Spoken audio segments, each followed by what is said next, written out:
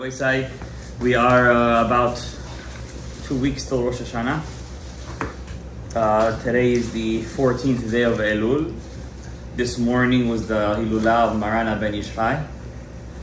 The 13th day of Elul corresponds to the 13 attributes of Rachamim that are opening up in this month. I'm sure you guys all got the text messages. I don't have to say these things anymore. Everybody became a Mikubal these days.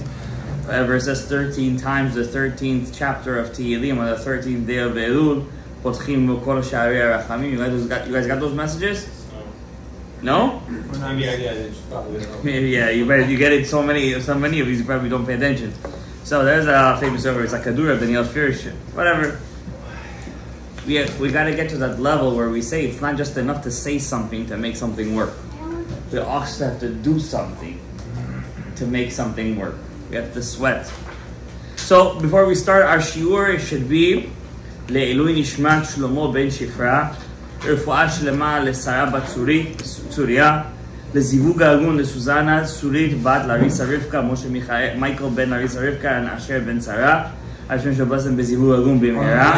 also for Chazara B'Tshuva B'Mehera with the biggest Hatzlachot and Chazara B'Tshuva to Shira Abigail Bat Ilana Tzvia. Hashem should bless her. They should do Tshuva Shleva Karov Acheni Yatzom Adonai.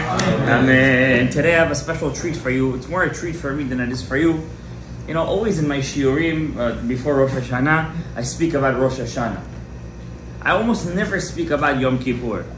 And I always tell the guys who daven here on Rosh Hashanah that really Rosh Hashanah, Yom Kippur, and Sukkot, and Simchat Torah is really one big package. You don't have, it's, I don't know how to explain it to you.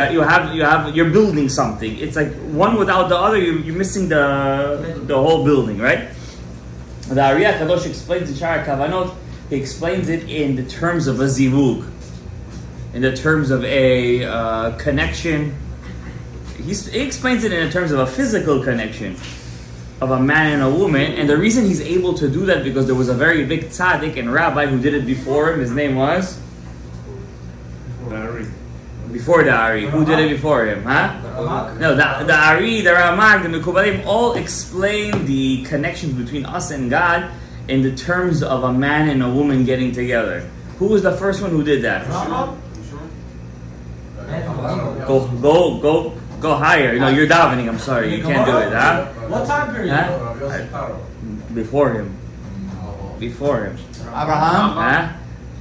Huh? You're getting warm. Correct. Shlomo HaMelech and Shir HaShirim. That's our Jewish trivia for the day. Shlomo HaMelech, if you guys ever dare to read the translation of the book, you have a very different opinion of what's going on over there. Yes, totally. It's very, very intimate. It's very physical, and it's literally you have to see it in the correct context. The goyim can do it. Listen, the goyim. All right, we're not talking about those, right, Misha? First, let them translate Isaiah 52, 53 correctly, and then we're going to talk about how they translate Shir HaShirim. Okay? First, tell them to stop distorting Isaiah. After they stop distorting Isaiah, Yeshaya, then we'll tell them to start translating Shir HaShirim. Okay? So, my point is that the Ariyah Kadosh is not just able, he's supposed to explain the connection between us and Hashem in a physical, the way we understand it, in a physical way, because the truth is the greatest feeling that a human being feels is that physical connection between him and his spouse, even more than him and his parents. And for a man who does Avodat Hashem, the connection that he feels with his wife is the greatest physical connection, at least, even more than what he feels for his kids, obviously. So therefore, the Ariyah Kadosh had to explain the details of our connection with God in those terms. Not that it's physically like that, the way we feel it down here, the way we see it, perceive it down here, but because Shlomo HaMelech was able to do that, and because he was the smartest man to ever live. By the way, just a side point, Why do we call Solomon the smartest man to ever live? He definitely wasn't smarter than Moshe Rabbeinu. I already mentioned this to you guys once before, a long time ago. Did I give you guys the answer? Yes. I did. Probably did. What was the answer? I know, man. What did he do that was different than everybody else? You know all the secrets Of the Tzad Tum'ah. Correct. He knew the Tzad Tum'ah too, which no one else was allowed to venture there before. What does that mean? That means, The devil. speaking to the devil, many people have done, right? Or to the demons, but to control them and to go there willingly, nobody was ever allowed to do that. And we already explained long time ago in the name of Leshem Shova Achlama, that was Adam HaRishon's beginning of his Avera. Because everybody asked the question, where was he during the whole seduction, quote unquote, of the Nachash and Chava? Where was Adam? He just left his wife, you just got married to her. Hey, didn't you keep the Torah? You can't leave it for 1 year.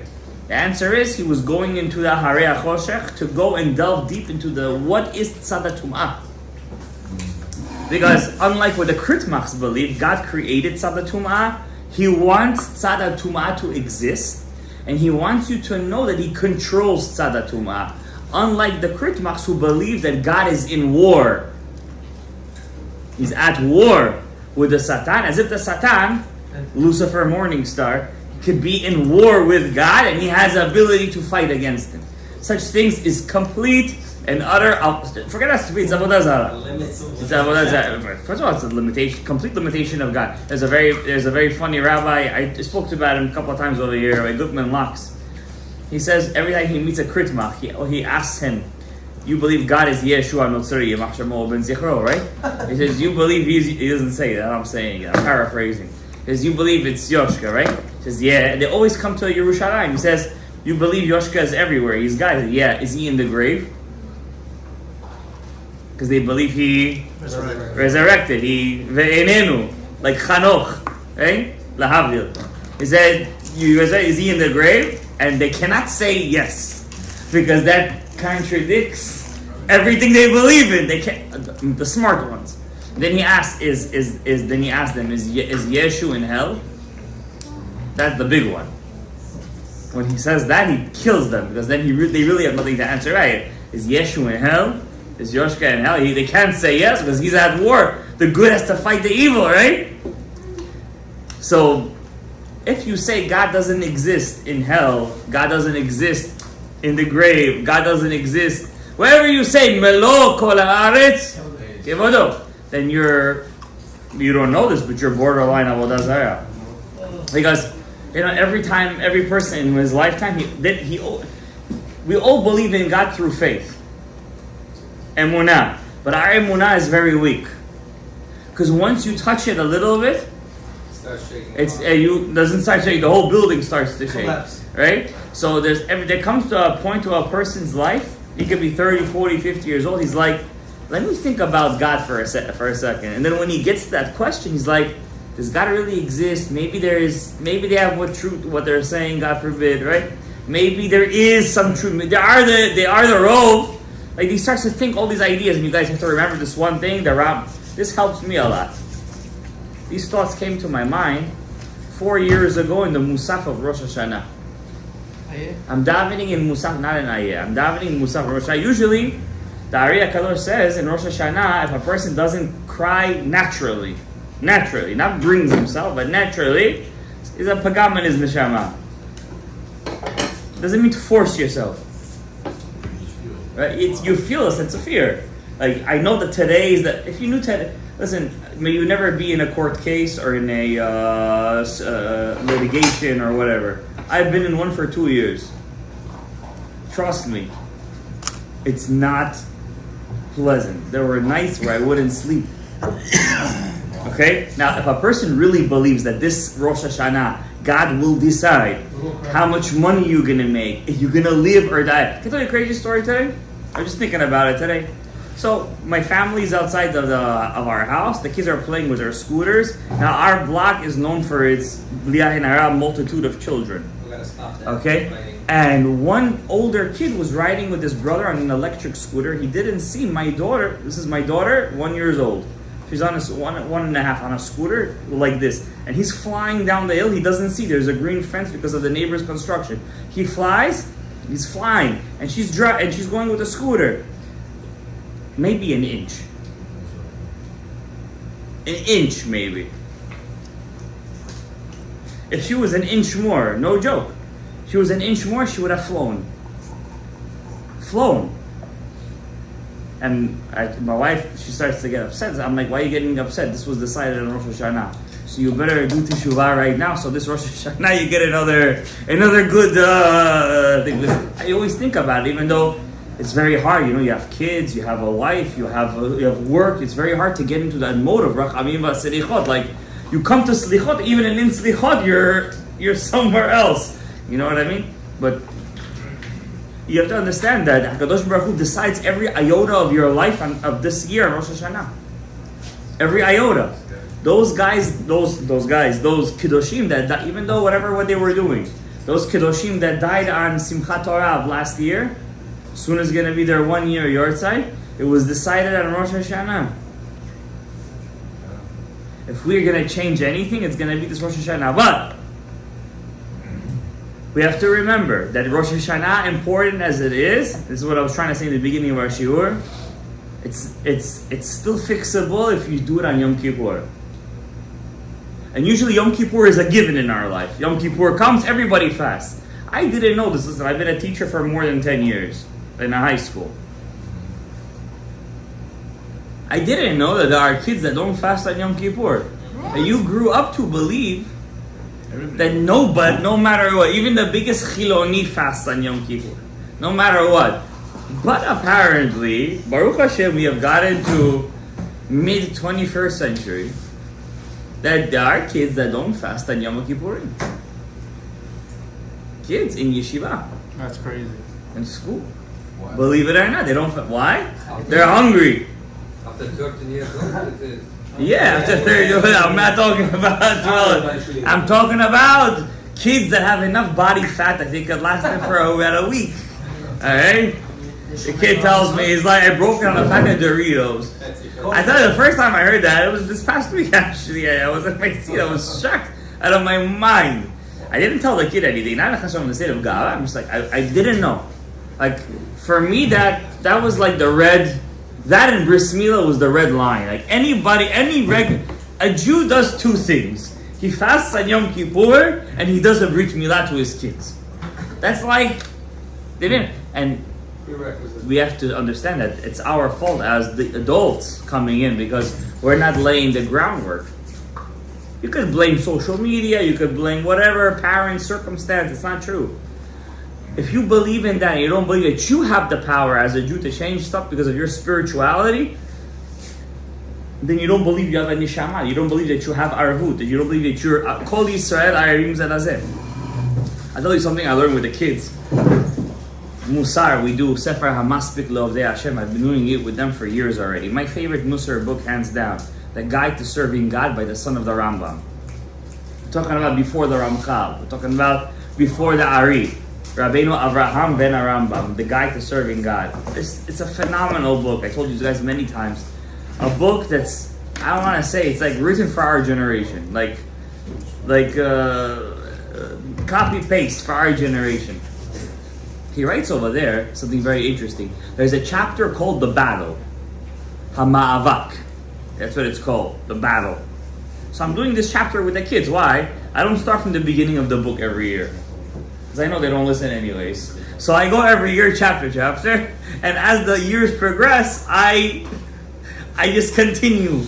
Right? So this year, I'm towards the end of the book. I'm in the chapter called the Ma'avak, the Battle. He writes there's something interesting, Rabbeinu Avraham ben Rambam. Listen to this, guys. The son of the Rambam. Remember, the Rambam got married very late. He had only 2 children, a boy and a girl. That's it. He got married very late. He was the primary breadwinner. He believed that a man should not get married until he has a house. His son. He believed, the Rambam himself. His writes in this Halachot Rambam. He has a house and he has a form of living. That's what anybody who does Chanukat Habayit for a living, I try to retire from these things.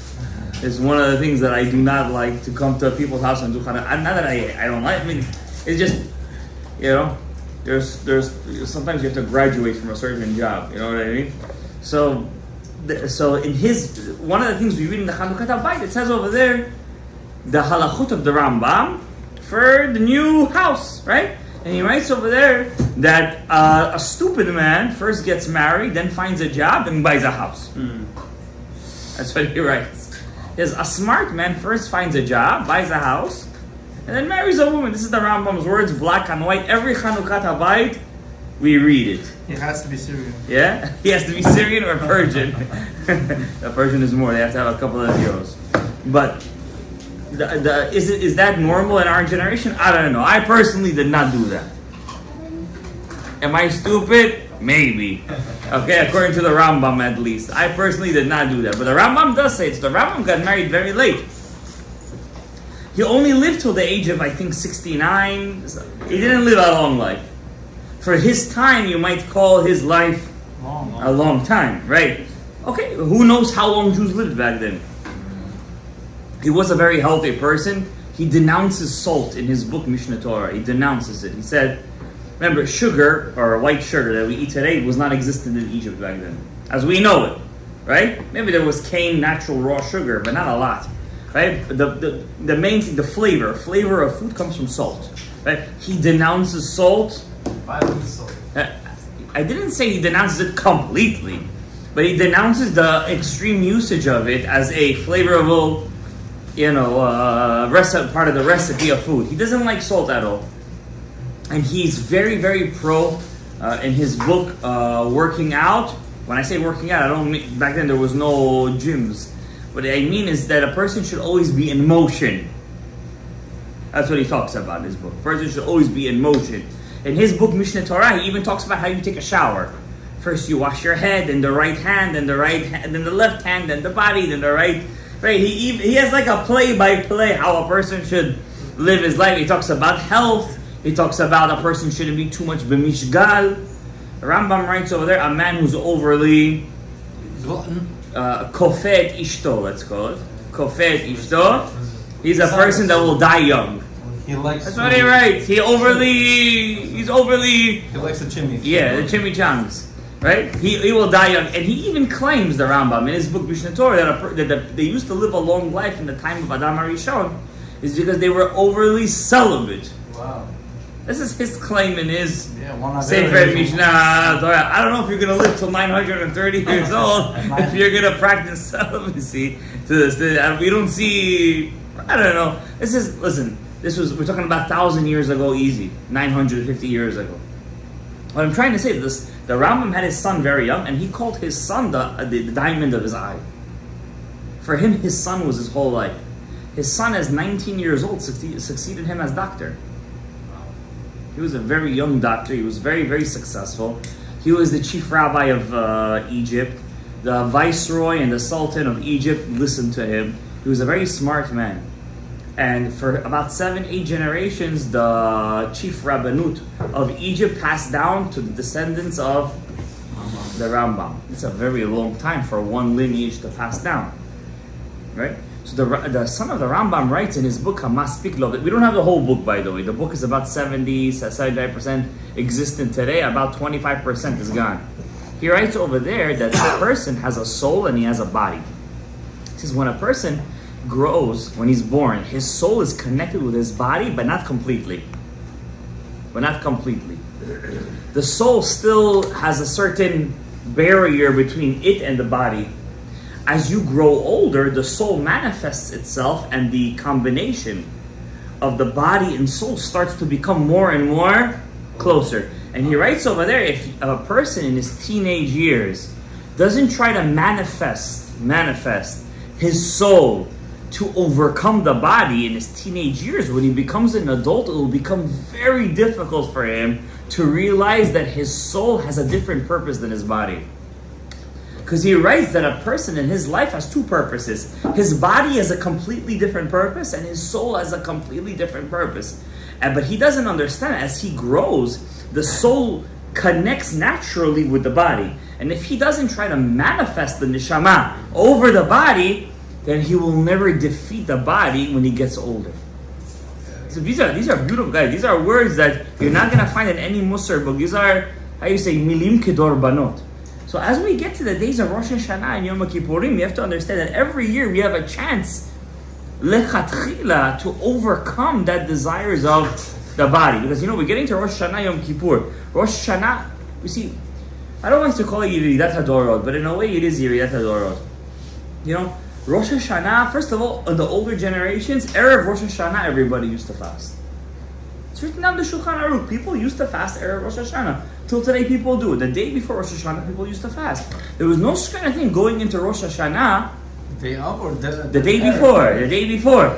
They would go into Rosh Hashanah with a full stomach. No kind of thing. It was not. It was not only that. The Mefarshim say that the day before Rosh Hashanah was considered such a fast that if a person would start doing it, he couldn't do it in Hatarat Nedarim. It was such it was like a known thing. People used to fast the day before Rosh Hashanah. Selichot for people back in the day was not something that was a mabakach. Today we have selichot in the morning, selichot in 7, selichot at 8, selichot at 9, selichot at 10, selichot. Now there's slichot in mincha gdola, slichot in mincha ktana, slichot ben hashmashot, slichot at 9 o'clock, there's slichot at 10 o'clock. What do you mean no? There is. Don't tell me no. There's slichot at 9 o'clock, slichot at 10 o'clock. It's around the clock slichot. Now I'm not putting it down, chas v'shalom. I'm saying people do it in PM too. Why are you telling me no? People do it in PM too. Everybody, it becomes. Do you know back in the day, if you read stories of people, I'm talking about 100 years ago, not more than 100 years ago. Rabbi Yehuda Ftai writes in his book in Tzaddik. One of the tzaddikim over here got me the sefer not long ago. It got redone. Rabbi Yehuda Ftai's book on the Torah. He writes over there were people that were in charge. They used to pay a guy, usually a single guy, because he didn't have to have responsibilities the night before. They used to pay him to wake up 5 o'clock in the morning. And he used to go to everyone's house and ring the doorbell. Zman haslichot ba. In Samarkand, okay. It's not a new idea. It's not a new idea. Did I say it was a new? Oh God, calling people. Yeah, that's what I'm speaking. You shouldn't be disturbed to call somebody. That's what we say. There was a guy who was in charge to wake everybody up. It was not something amabekach. Okay, today we have slichot many. I'm just letting you know. Like we have to understand what was it. Let's try to picture ourselves back in the day. The poskim, right? The Chida writes. The Chida says. The Chida writes that in the month of Slichot, the Chachmim Asfaradim used to leave their Shulchan Aruch and Bet Yosef. They used to have a Seder of Musar every day. A Seder of Musar every day. No, during the day. They used to close their Shulchan Aruch, they used to close their poskim, they used to close their stuff, and they used to learn Musar every day. If we don't learn how to be better people, if we don't learn how to be happier people, how to be mensch, let's just call it mensch. I remember as a kid, if I would yawn in an adult's face, I would get a smack. I would get a smack. We don't yawn in an adult's face.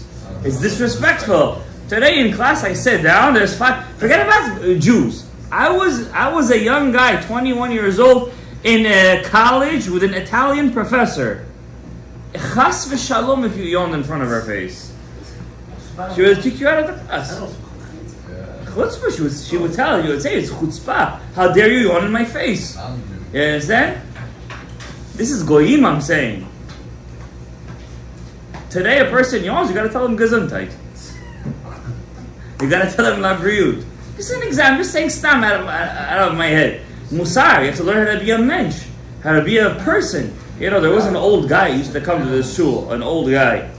When I was a young kid, I don't know, you could still call me young. I don't know, I see myself full of white hair and my beard, sometimes I get scared. But as a young guy, when I see this old guy, he used to get me on my nerves, this guy. He used to read in Bukhari to him. He used to make me crazy. He used to go slow. He used to like getting things his way. He would always win, and the rabbi would always take his side. That would tick me off even more. Today, I wish there was people like this in the Beit HaKnesset. He sent his friends. Don't say that. It's just a sense of maturity, you know what I mean? That's called musar. What's musar? Musar is to look up to the previous generation. They were the ones who did it better than us. The goyim say they're closer to the monkeys. There's nothing to look up to over there. They're kofim. What's there to look up to? Nothing to look up to over there. But us, we look up to the previous generation. We want to be like them. They were closer to Har Sinai. We don't know if we're going to bring the Mashiach. We all thought after October 7th it's going to be over here. The war is not stopping. You know, they just tried to kill the Goyish former president yesterday, right? They tried to kill him again. While he's playing golf? While he's playing golf. Yeah, yesterday they tried to kill him again. You know? I said to myself, you know, at this point I don't even care anymore. But you know, for the Goyim it's a big deal. It's like their Mashiach. So, and he looks like Esaf too, Admoni, he's a red, you know, Kulo Ka'aderet Se'ar. And you know, I said to myself, if Hashem has so much Hashgacha on a Goy, has so much Hashgacha Pratit on a Goy, what kind of Hashgacha he has on Am Yisrael? If Hashem has so much Hashgacha on a Goy, that he moved his face 1 millimeter a second before, maybe half a second, maybe a third of a second, and it saved his life. Then again they tried to kill him. And he was saved again. Imagine how much Hashgacha Pratit we have. And it's, you know what the Midrash says? Whoever touches a Jew, it's like touching the eye, Kebutabi. It's as if you're touching the eye of God. You know how sensitive an eye is, right? If you touch a Jew, if a Goy touches a Jew, it's like you're touching the eye of Hashem. How much Hashgacha Pratit Hashem has on us. So without further ado, I want to start the vidui, the confession that we say on Yom Kippur. Guys, on Yom Kippur we have 5 confessions. Yeah. They're all called vidui agadol. There is vidui Rabbeinu Nissi, that's what you're talking about. But every vidui on Yom Kippur is called vidui agadol, the great vidui. We have an Arvit, Shacharit, Musaf, Ni'ilah, and from where do we learn to make a vidui on Yom Kippur? Anybody knows? It's in the Torah. It's in the Torah. And that day, Yichaper Alechem. Yeah, there is vidui. And who used to make vidui for Am Yisrael that day? The Kohen Gadol. Okay, so if you're with me, whoever doesn't have a Hebrew, whoever doesn't have a piece, there's in Hebrew over here. Okay, more books, page 127. Whoever got the page. We're going to tell you, this book was written by my rabbi in Eretz Yisrael. It's in Rashi letters. I don't know why he did that. I guess he likes it. So first of all, when we do vidui every day. Every day we do vidui at least how many times, guys? Twice. Huh? 3 times. Shacharit, Shacharit, Mincha, and Kriyat Shema al Amita. Page 127. Alright? Yeah, Kriyat Shema al Amita, you're all supposed to do vidui, right? The Ari HaKadosh says there's a couple of things that save a person's neshama that can make it go straight to Shamayim when you go to sleep at night. What are they? I don't know. I can't tell you all of them off the top of my head, but number 1 is to say vidui before you go to sleep. And if you do a specific avera that day, to say number 2, give tzedakah that day to somebody you don't know, and he doesn't know who he got it from. What's the third thing that I read? I think there's 4 things. The third thing is when you wear tefillin to always think that you have tefillin on your head. If you do these, there's 4. I think there's 4. But if you do these 3, what's the 4th then? You gotta check. You gotta check your tefillin? Yeah, touch every time. That's not what he says. No, when you pray. Oh, that's why you say that's why we touch our tefillin. Correct. Nice. Huh? No, at least one. At least if you do one. Okay? So first of all, says the Rav, vidui mitzvat aset. The vidui is a mitzvah that is biblical from the Torah. That means women are obligated to do vidui too. It's not just a man's obligation. You must confess your sins. Not confess to the priest. Not confess to the galach. Confess means between you and the Kadosh Baruch Hu. That's confession. That's what it means, the word vidui. Okay? It's a mitzvat aseh min Torah. Every time you do an avera and you do vidui, you mekayem mitzvat aseh min Torah. Kol ha-mitvadeh yesh lo chelek l'olam haba. Anybody who does vidui has a share to the world to come. That's why before a person passes away, it's the rabbi's job, whoever is over there, if he's lucky, that he say vidui with him. Is that supposed to be a person's last word? Yes. Really? I mean, if he's lucky. And even if he can't speak before he dies, they read it to him. At least he should have kavanah. That means as long as a person did vidui, not go to the priest, do vidui, and give a donation. Vidui, Hashem is not your friend. He knows when you really mean it, and when you don't. When does a person mostly means the vidui? Right before he dies. Because he knows, like, I was speaking to some kids in my class, I don't want to get into tangents, we're not going to tell them, guys, what's going to happen to you after you die? Legit. Some kids told me we're going to black out. Black screen. It is, black screen, that's it. Finitos. Yes. It's their belief. Yeah. That's what they think. Yes. You know why they think that? Because then that gives them a green light to do whatever they want. And That's also- the reason. And their phones died the same Right. way. And also because they see their phones all day dying, so it's like a natural.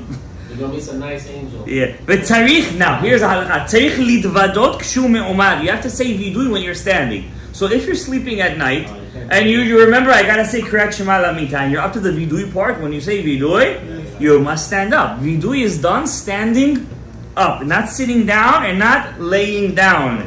Okay, that's you guys didn't know that one, huh? And then we actually do after this one, Kriyat Shema Mita. Another we do. You're talking about. I'm talking about the vidui after Kriyat Shema Lamita.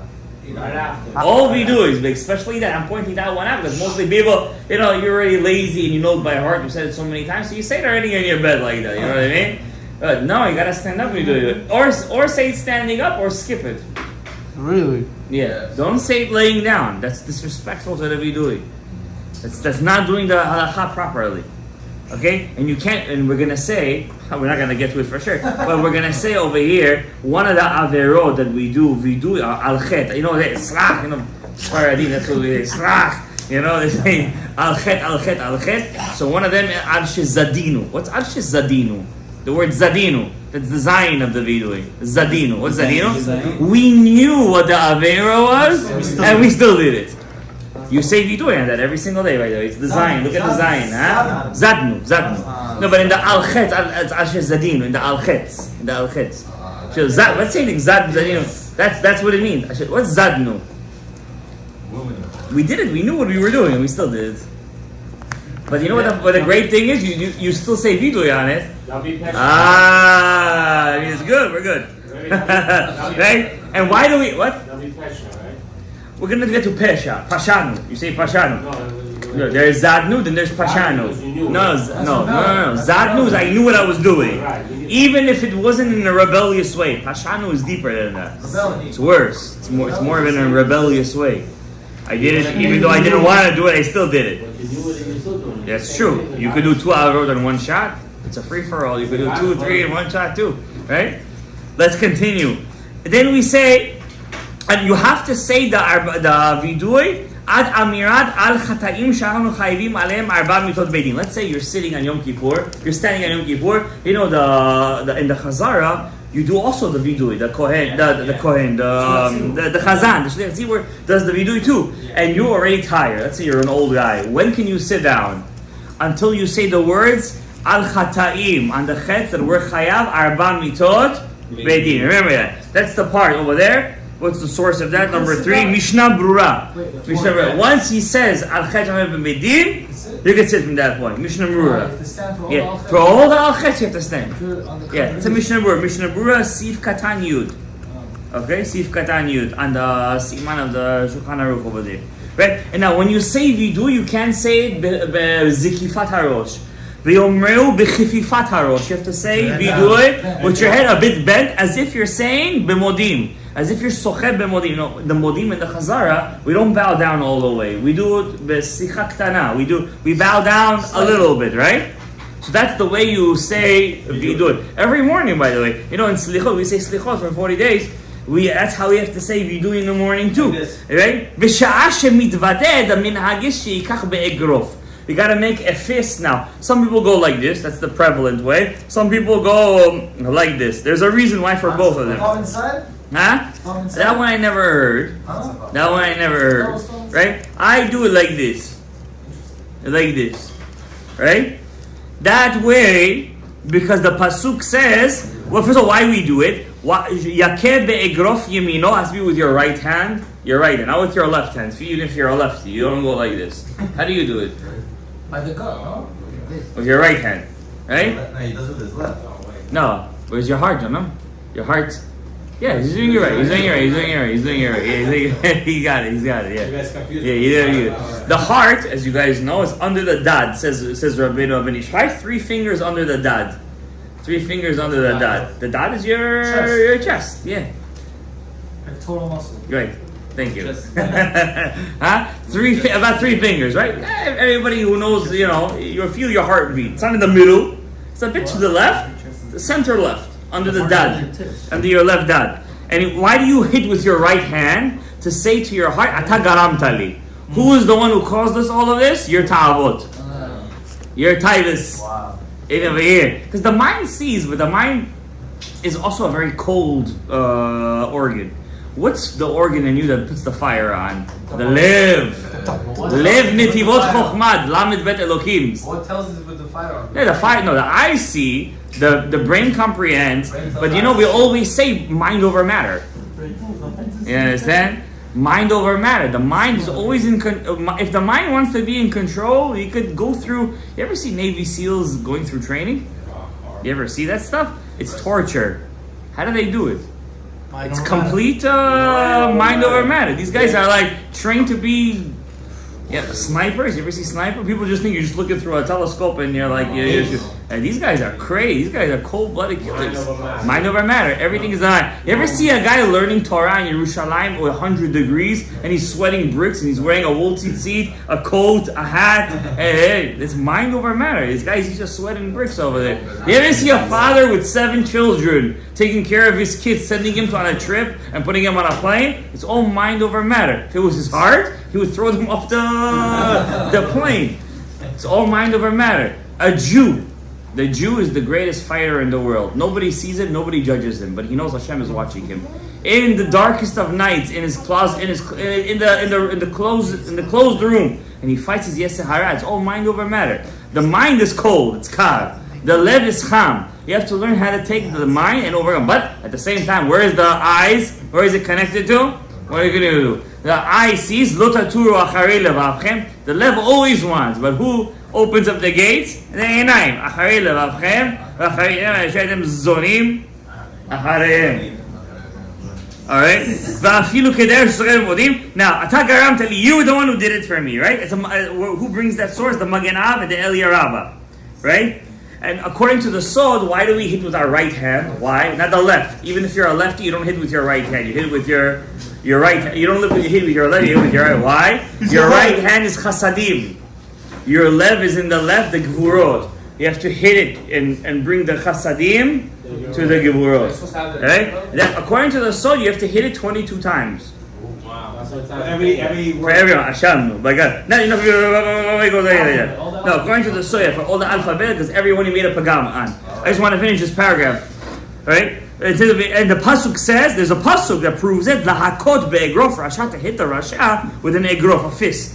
Yichaven shemitvadeh lechav bet atvan, letaken kol ma shepaga b'hem. Have kavana when you say vidui to fix all the 22 letters that you made a pagam on them. Od yichaven, this is my favorite, lichlol kol hachataim she'ino zoche litvadot. When you do vidui, you have to be conscious of the averot that you did.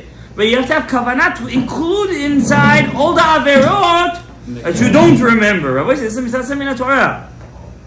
Umedin arvut tzarich litvadot gam al pishei chavero. Let's say you have a friend that's a rasha. He's a good guy, but he's a rasha lo makom. Have kavanah to do vidui for him too. Yes, medin arvut. From the din of your Arab, Kol Yisrael, Arabim Zayah, you're a guarantor for your friend. Yeah. If you do the full life, it's still count like you did it, or it counts as only did it? It might count also for him, but you get a mitzvah, v'ahavta l'recha kamocha over there. And that's the secret, he says over here. That's why we do vidui b'lashon rabim. What's lashon rabim? We do it in plural. Ashamnu, bagadnu, gazalnu, including everybody, especially the ones from your own shorish neshama, right? Because you have to all remember sometimes, guys. Sometimes we sit at home and we're minding our own business. Inside us comes a yetzer hara that burns our neshama. It's from somebody else. It's from somebody else. He's from your shorish neshama, and he's over there doing right now shtuyot, and his arevus hits you. That makes a lot of sense. You understand? And you don't know where it comes from. It's like Shaul HaMelech, Ruach Shtut comes inside of you. You don't know where it comes from. You're fighting it. It's not your fault. No. It's not your fault completely. Completely. You at the end did It it. is your fault. You at the end did it. Nobody told you to pull the trigger. You're a part of it also. Right? You're also a part of it. It's not the same. Right? It's not 100% you. Correct. That's why Shaul HaMelech Tzaddik. We still call him a Tzaddik. Sholem Melech. But at the same time, you have to understand, you also have Arevut. And if you're a guy already with Torah and mitzvos, you could be mashpia in your whole shorosh neshama. It's up to you. That's why we say Ashamnu, Baganu, Shara Kavanot. This is the source from Shara Kavanos. Guys, it's worth it just to hear this one paragraph. Just to hear what's the first paragraph, what do we have Kavanah and Vidui. I'm going to go quick. Now this is also what I like to hear. Hine Bagdamot Havidui B'Sidur Rashash Adom. In the Sidur Rashash, the red sefer, it says. Why red? Why not this color? That's a story for a different time. How many Sidur HaRashashes there are. Alright? Katab, he writes. Rashash writes this. Al Yedeh Charata Vazivat Achet. By regretting the Avera and leaving the Avera. Not Vidui, just leaving it and regretting it. That's something you do in the heart, in the everyday, hopefully. But that's something that's not, you say outside. Zidunot Naasu Shgagot. Your Avero that you did on purpose become like mistakes. Accidental. V'al Yedeh Vidui. Who writes this? The Rabbi says, the Rashash. V'al Yedeh Vidui. And if you do the Vidui, Hashgagot Naasu Zechuyot. Who writes the Rashash? Your shgagot, which you turned, which your zdonot became shgagot. Now your shgagot, which are accidental, nasu zechuyot. So admitting it is like the hardest part? Yeah, it is. Because I once had a professor, a Jewish one, in college. I never forget this. He wrote a J. Mullen. Sounds like a whiskey company. J. Mullen. He wrote a book on feminism. Like, this guy was crazy. Like, I'm telling you. Like, he was a sociology professor. Like, this guy was nuts. He once said in class, it's the one thing I remember about it. I never tried to mess with my professors because I knew they were all anti-Semites. I never forget it. He said the whole class, looking at me when I said this. He's Jewish. The hardest thing in life to do is to say, I'm sorry. He said that? Yeah. To admit that you made a mistake. To admit it. When you say it. But obviously, I'm not talking about a psychopath. When he says, I'm sorry just to stab the guy. I'm talking about a regular person, right? When he says, I'm sorry, he admits he's making a mistake. So right away, one Schwarzer gets up and says, what about thank you? That's number 2. To say thank you is number 2. Never forget, he's like a goy, the guy. He was nice to me in a way, but give him that kav zechut. You know? But at the same time, even the hardest thing in life is to admit you were wrong.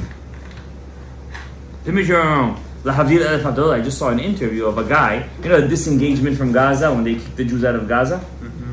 So one of the ministers, Jewish minister that was in that time, under Arik Sharon, his name was Meir Shitrit. He was in charge. He said, yes, kick the Jews out of Gaza, give it to Hamas. So the guy is giving him an interview and he's saying, will you admit right now it was a mistake? Could you believe it? After a Simchat Torah, you know what he said? No, it wasn't a mistake. Well, he's still holds b'meret shelo. Still holds it. Yeah. Well, I don't know, but it's hard. It's hard to admit that you were wrong. It's hard. It's a very hard thing to break. It's to break your essence, right? Existence. But if you say vidui and you admit, you're admitting to Hashem. Your zedunot that became shigagot now become what? Zechuyot. So, I know we just did the first paragraph, and we said a lot of things today. We only have 2 weeks left till Rosh Hashanah, Yom Kippurim. I hope, Rabotai, that our shiur tonight will be zechut of all the sponsors. Zechut of all Am Yisrael, especially the hostages. May Hashem bring them home. Whoever is alive, in the bodies should be come back. They should come back to Kever Yisrael. May all of us sitting here and all the people of Rosh Neshama and all of Am Yisrael be written and inscribed the book of life. May all the sponsors see a lot of zechuyot. I appreciate them a lot, and this is a good time to say vidui. If I ever said something in my shiur, sometimes I don't. If you think that it was personal, it wasn't. And even if it was, it wasn't. Okay. And may Hashem, bless all of us over here to make our lev rach. You know what rach is? Soft. Because sometimes we become kshe lev like Paro. And we don't want to forgive. We don't need to, we feel like it's not needed. I have a reason why I don't. Don't do that. Always forgive. Because forgiveness is the biggest medicine. It's the biggest cure to the live. And we forgive, we try our best, you know. And may Hashem bless us over here that we should be zochet to say vidui the right way, with the right kavanah. Api pshat, Rabbi say. And we're going to continue this with Hashem next week. And we're going to learn what averot we're saying vidui on, Babshet. What are we doing when we're saying vidui? ומי השם ימזכה את כולנו פה לשנה טובה, שנה מתוקה, שנה של הצלחה. May this שנה, שנה תשפ"ה, שנת החסד, bring us all the ברכות, ישועות, אז ביאת משיח צדקנו, גאולה בית שלישי וחסד, right? אמן.